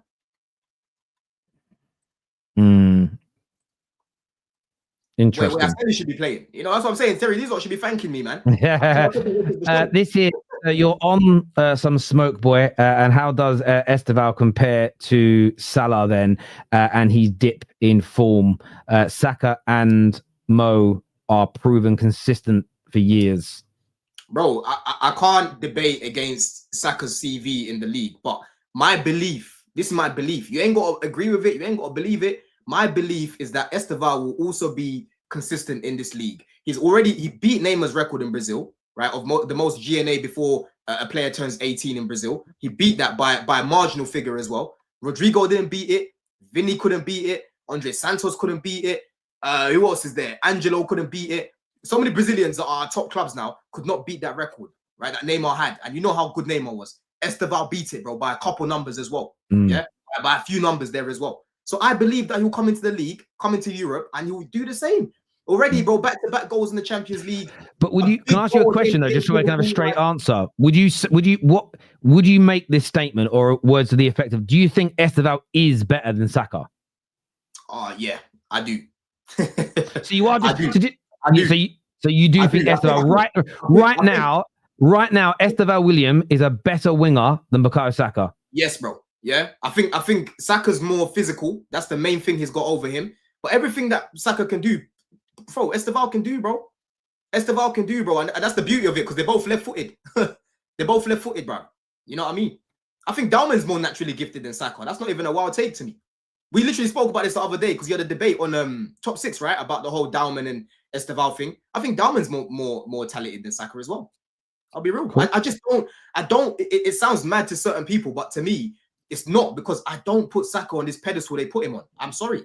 If you'd ask me right now, is Estevão better than Sanchez was? No, I don't think Estevão is better than Sanchez right now. He could be better than Sanchez. I don't think he is. But Saka, I'm sorry, bro. These man, they can keep overrating him. I don't overrate him. I'm sorry, man. I'm sorry, bro. This is the funniest thing I've ever seen in my life. Saka got run. Arteta ran Saka into the ground, played Dalman. So Saka got run into the ground for being played too young as a kid. So your remedy to that is to start paying a 15-year-old regularly. Fucking genius. Fucking genius. By the way, this guy, Arsenal FC, not Arteta FC, you're featuring in a show during the international break. Wait till you see what we've got ready for you. Chelsea are just weak and soft, so now Don's looking for anything that Chelsea can be better than when it comes to Arsenal and his eye test is all he has left. Bro, I get asked the question. I've answered the question. What are we doing it? Yeah. I've literally just praised one of your guys, Dalman. I love this guy, but you're not saying much about him. You're just focusing on what I'm saying about Saka. I've got a preference, bro. You know, some people like girls with brunette hair. Some people like guys with, blonde hair. This is what I'm glad you're admitting. So I like it when you speak freely like this, and you don't, not that you don't think, but you're not thinking about what's the right way to answer. This is what it is. My favorite singer is Lamar Abika. 50-50, dance with you, if there's any justice, right? He's my favorite singer. To me, he's better than some of the guys that sell millions of records. I think that's how you view football. And loads of people like you. I think you look at it as Max Dalman. I made this expression the other day. Does Max Dalman make you sit on the edge of your seat? Yeah. Does Estevão make you sit on the edge of your seat? Yeah. Do you prefer players that make you sit on the edge of your seat? Yeah. So the difference between you and me is this: I prefer players that make me stand up. I love players that make me stand up and get off. Yeah, but I prefer, and I like it, and it's okay to have preferences. For me, until I see the consistency of delivery from Dalman and Estevão that I've seen from Saka, I'll never call them better, irrespective of ability. Ability only until I see it. You know, I think I'm a better salesman. I'm giving you though, Terry. Sanchez. I think, but it doesn't matter about Sanchez. Sanchez is irrelevant. We're not talking about that. I think I'm a better salesman than you. I think if I joined your company, based on my history, I think if I joined your company, I reckon I could outperform you and outsell you, right? But impossible. well, you're saying, but I know on my ability. Yeah, I know my ability too. Yeah. Okay. What's the most you've made a company in 1 year? Bro, but my company doesn't really break down metrics like that. I'll be real. But just now I made a lot of money. I made 73 million in my biggest year. Yeah, see, that's a different industry, bro. Different industry. But you get my point. I'm friend, by the way, and none of that came to me. I didn't make that money. The money's nothing, right? But that was a big thing, right? That was assets under management as well. But the point is that's like income into the business. No, that wasn't income. That was assets under management we were targeting. I'm only messing around when I say that. The thing is, though, I think that I can do that. But until I prove it, I'm not it. Yeah, but Terry, you're not. The thing what you're trying to do, you're trying to make it sound like I like players with aesthetic, and I don't care about the end product. Of course, I'm not saying that. I'm not saying that. That isn't what I said, Don. No, but that's how you're making it sound though, because you're like, oh, I like players that make me stand up, and I'm like, well, why would I love players that have the natural ability, like a Dauman and like an Estevão, but have the end product to go with it as well, and that's why I rated Sanchez the way that I did. That's why I loved Neymar. That's why I loved Hazard. Right. So again, I'm not saying. Again. Hold on, Terry. For example, Tarat had all the ability in the world, but he didn't have the best end product. But this is the thing. But this is it, and I agree with you. There's nothing wrong with rating a player that's delivering. My point is, you're just talking about how Max Dauman is better than Saka. He hasn't delivered anything yet. So I agree with you. That's a CV thing, though. That's a CV thing, though. No, but it's not. But of course, it's a CV thing. Right now, Estevão in his career hasn't delivered more than Saka. You agree with that already, right? In the Prem, in the league, yes. For me, just as I haven't done more sales than you in your business, it doesn't matter what I say. I'm not better than you until I've done it. So, and that's the only difference between you and I. I look at it as by the way, I've made the same statement as you. I said when Bruno arrived, I said he'll become the best. I think he'll be the best attacking midfielder in the league and he'll prove it, right? I've made those statements, but as a general view, the way I look at it is I can accept your opinion that all these guys are going to be better than Saka, but I won't believe it, typically speaking, until I see it, where you already believe it. And that's the only difference between the two of us. 100%, bro. But that's the beauty of the game, though, because certain men are scared to say these things. I'm not. If I believe in someone that much, like I believed in Palmer, for example, when he first came, and people were cooking me and calling me delusional, right? And now when you say Palmer's better than Saka, no one's blinking an eyelid. Certain man will say, certain man will still fight for Saka, but it's not a wild take like what it sounded like before, right? So for me, time will tell. Yeah. Yeah. So we're gonna. Let me just say go. Time will tell. I say a lot of things online, and it might sound mad to people at the time, but I'm telling you, time will tell.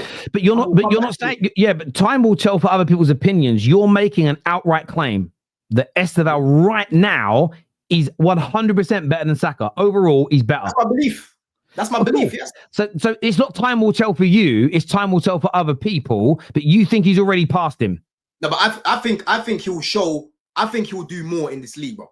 Yeah, going forward, I think he'll do more in this league. I think when it's all said and done, as long as we build properly with this guy, bro, I think you're gonna see what he's gonna be on. This is the type of player that's probably gonna go around with. This here says Terry. So by your logic, you don't rate Yamal since he only has two. What I don't understand what you mean. I saw Yamal at 16 years old be one of the most pivotal players from a goals creation. Clutch moments that I've ever seen such a young player do. I spoke about it in the Spanish team, what he did at the Euros when I was out there. I was in Germany, and I spoke on the fact that no 15-year-old at the time, I think he might have been 16, delivering in that way. So absolutely not. I've seen Yamal deliver. I've seen Yamal deliver in title races, European knockout competitions. So the logic isn't different because he's already helped deliver trophies. You know what I mean? So I have no idea what you mean. I've got to get through these super chats because I've got to go out to dinner really soon. We still haven't gotten to Liverpool, Arsenal, nothing. So let me get through these super chats. Go. Better player all round, but can't compete is what he said here. Terry's setting up an argument just to show off. No, I wasn't. Listen, that by the way is assets under management, right? So I'll let you know what that is. That is where we used to get customers, and I was only winding Don up. It was a joke, and what it really happened though. That was when I used to work in the private bank, and the one of the big targets over a 2-year period was to get our clients to leave more of their personal funds remaining in the bank. So it was just in savings accounts or in investments. It was called assets under management. And we managed to generate an additional 73. It was super rich people. Like some of these bankers had like 80 million pounds in their bank accounts. You get them to stick a few quid each in. It wasn't that. I was just winding Don up, my friend. I haven't got 73 million pounds. If I did, I can tell you now, I wouldn't be streaming on YouTube. I'd be on a yacht somewhere living my best life. So no, it's not about showing off. It's about having a laugh with a mate. Someone said, "Oh, did you see Don's face when Terry put the graph up?" I literally saw where Saka was before I even said it. Yeah, he knows the graph. Yes, his graph. It's my graph. The beauty of Don's opinions about Saka is that it doesn't matter. Exactly. Why do you need? Don't worry about me. If you like him and you rate him and you think he's world class, that's all that matters, bro. Don't worry about me. The issue isn't about you overrating Saka. It's that you underrate him, you fraud. No Arsenal fan wants Dalman in. He's 15, you dolt. I'm going to start using that one. You don't, you know. Dolt. I'm adding You that one to my dolt. I like it. Respect Terry exposing frauds left, right, and centre. I have seen Sanchez better than Raya, Cucurella better than Calafiori, Reece better than Timber, 3 out of the back line better than Arsenal. Could you discuss? I mean, look, Arsenal was so much better as a team, individually, manager than Chelsea this year. You do agree with that, Don, don't you? So much better. Oh yeah, bro. Listen, you already know what I said to you in the summer. I said our defense, our midfield and our attack needs to carry our defense more because Cole was a big miss and we didn't bring in a centre back. You know what I mean? We didn't bring any cover, bro. So I knew our defense wasn't going to be as strong as last year, even though we've got certain man like Caicedo that can help. I said our midfield and our attack need to carry us more, bro. And you're seeing it, Terry. We scored 2 goals again the other day. We conceded 2.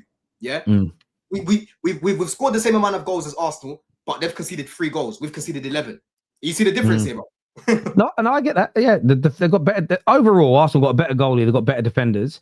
They've got, they're better right across the board. They've got better centre backs. They've got better centre backs. That's what it is. Better centre backs. They've got the best right back. And I think Timber's definitely been the best right back. I actually have preferred Reece James this year in midfield. I think that's where he's been at his absolute best, to be fair.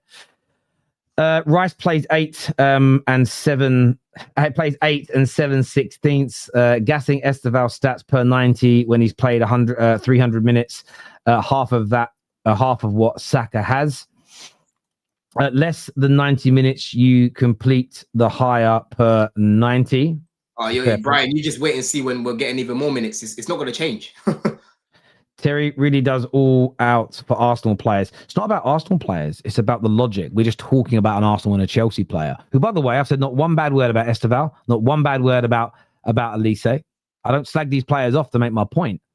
1 Prem title. You slag off Elise, Farmers League. Who, sorry?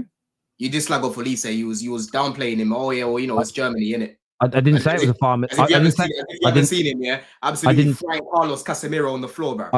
I didn't say it was a farmers league. I said it's inferior to the Premier League. It isn't as strong, and you agreed with me. You said exactly the same thing I did. I did, yeah, but you can't really use that against Olise because we've seen him in the Prem. Well,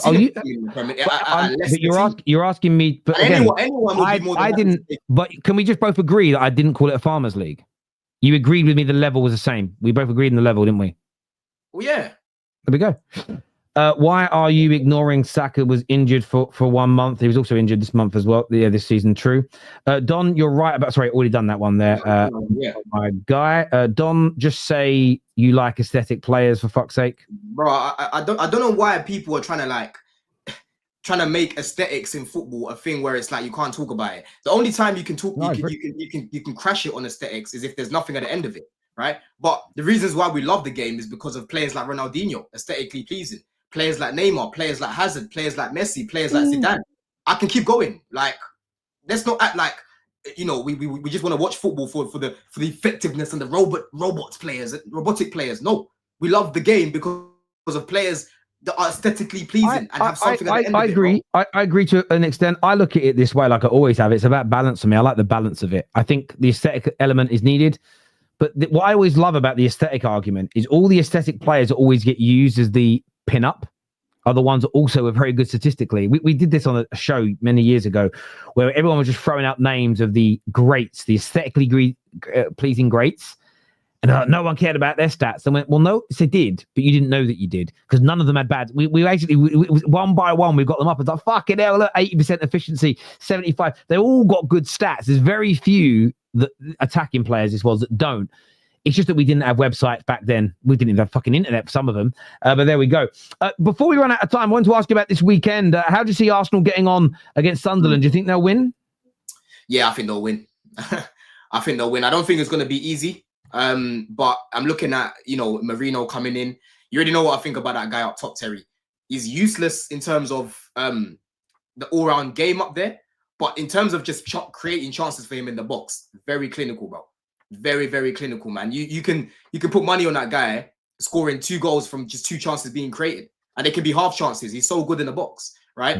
So Gyökeres, I don't think will be that much of a miss. I think in terms of like the movement in behind and that, the what's the word I'm looking for? The intangibles as a striker, the different aspects of playing as a striker, you're going to miss that.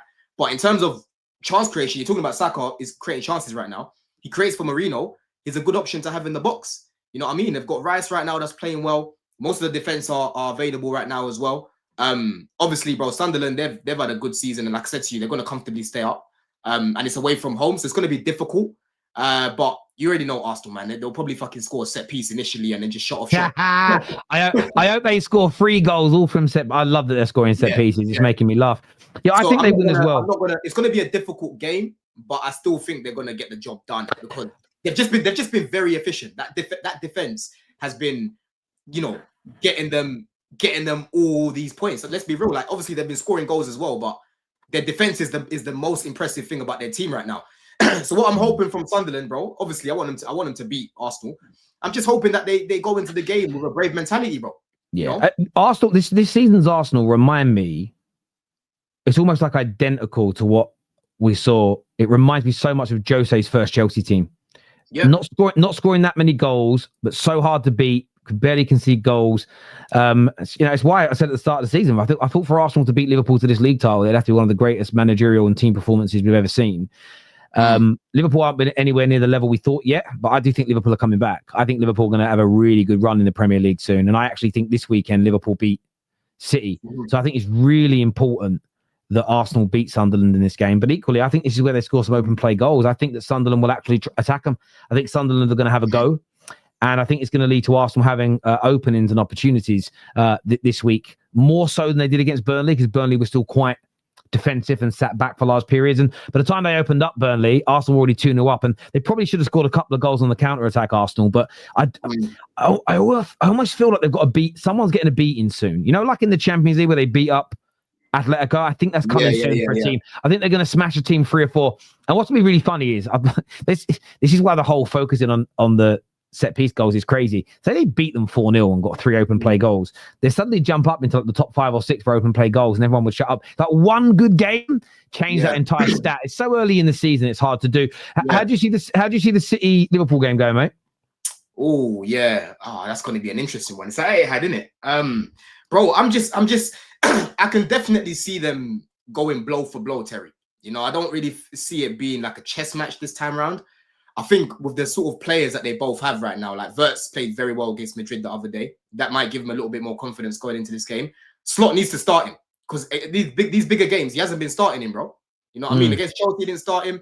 The last big game they played, I don't think he started him. Like he's barely started him, you know? So he needs to come into the game. But City recently, in terms of their attacking patterns, Foden, Cherky, Haaland, we know what Haaland's on right now. They are looking very fluid in their attack. You know, they're looking like, you know, if they're going to win the league, it's going to be their attack more than the defense, if anything. You know what I mean? And that midfield of theirs looks a little bit more balanced with, what's my man's name coming in? Gonzalez. That Gonzalez guy. He's looking nice now. He's looking good. Yeah, he's actually looking like a little bit of steel in the middle. I think before he was, you know, a little bit timid, but now he seems like he's, you know, he's thriving off that trust he seems to be getting from Pep. Obviously, Rodri's not there as well, so someone has to step up. So yeah, I think it's going to be an interesting one, man. I think it's going to be blow for blow, like what we used to see before with these guys. I'm hoping it's not going to be a chess. Let's just have some fun, yeah? Let's go back to the days of KDB, Silva, and all these man like Mane and that. That's what I want to see. I want to see some goals. You know what I mean? What time is it on Sunday, the game, by the way? Is it 4:30? Let me check it. Sorry. The game, 4:30. Sorry, I got a message come through. Yeah. Oh, yeah. And then obviously, you lot play first game, innit? Hey, that first game can just ruin your weekend, Terry. You know, that's the thing about half-court kickoffs, you know? I know. They can make your weekend. They can break your weekend on a footballing level 110%. I am thinking that. I am thinking the same. So, yeah, I'm seeing it as a blow-to-blow game. And I think that it's going to be interesting. I think City will probably soak up the pressure a bit and then look to get them on the transition. You know, Liverpool have looked quite vulnerable at the back, but then against Villa and against Madrid, I thought they were very, very disciplined off the ball. You know, and I was literally saying if they can sort out their structure like what Slot seems to have done, brought Robertson into the team, so Bosley again, you know, played in the role. Bradley Let's see if it can carry on. I think they'll be good. You know, I think offensively, on paper, it hasn't really clicked their attack. But if you're looking at that attack, you're probably looking at the best attack in the league. So eventually, it has to click, Terry. It has to click at some point. Yeah, no, I think it will. I just think Liverpool, for me, the last couple of games have changed their system slightly. They're not exiting the midfield. The fullbacks are one up, one down. They've gone back to the players that won them the Premier League. With a couple little Ekitike settled well. Wirtz looked good. Isak's back. I just think it's going to start working now. And I think we're going to see the Liverpool a lot of us expected at the beginning of the season. So, yeah, it's going to be an interesting one. Viewers would love to get... I'm going to go 2-1 Liverpool in that game, personally. I think they're going to do it. Liverpool. I don't know. I can smell a draw, you know. Go on, mate. Sorry? Obviously, if they draw, right, let me just see. Obviously, we've got Wolves. Yeah, mate, I'm previewing that because you're winning that game 4-5-0. That's an easy one, bro. They're shit. Don't do that, Terry. We're under the lights. Yeah, and you know, bruv, you've got some of the best fullbacks, some of the best midfielders. You've got the best winger in the league in Estevão. There's no way you can't be beating Wolves, bro. I'm telling you, bro. I'm telling you, brother. Listen, they haven't got a manager yet, have they? I don't know. I don't think so. No, they haven't. No. They still haven't got a manager. That's the only thing I'm looking at right now, bro. But honestly, I'm telling you, Chelsea are just a funny team. Yeah. You know what our centre backs remind me of right now? Yeah. You know, Courage, the cowardly dog, when he's always shivering, shaking. Yeah. I'm telling you, bro, that's what Chelsea centre backs remind me of. Yeah, because chop change. I know we didn't really speak about it much today, right? But every fucking game week, bro, it'll probably be tossing, Chalobah and Fofana that will start. But then the next game, it will be tossing and Chalobah or Josh and Hato. Or you never know. You never know, bro. So it's gonna be a crazy one. Don, it's a pleasure speaking. I've actually got to go out to dinner, but I want to thank you all for tuning in. I know we had a few technical issues at the start, so thank you. Everyone who's watching over on X, come over now to YouTube. Come and join the family. Come and join the community, and we'll be seeing you tomorrow for all the match reactions. Very much looking forward to it indeed. This is going to redirect you to Footy Judge Mo's channel, so make sure you all go over there and support my brother. Don, always a pleasure, big man. Until next time, people, take care. Goodbye. God bless. And I'll see you soon. Peace.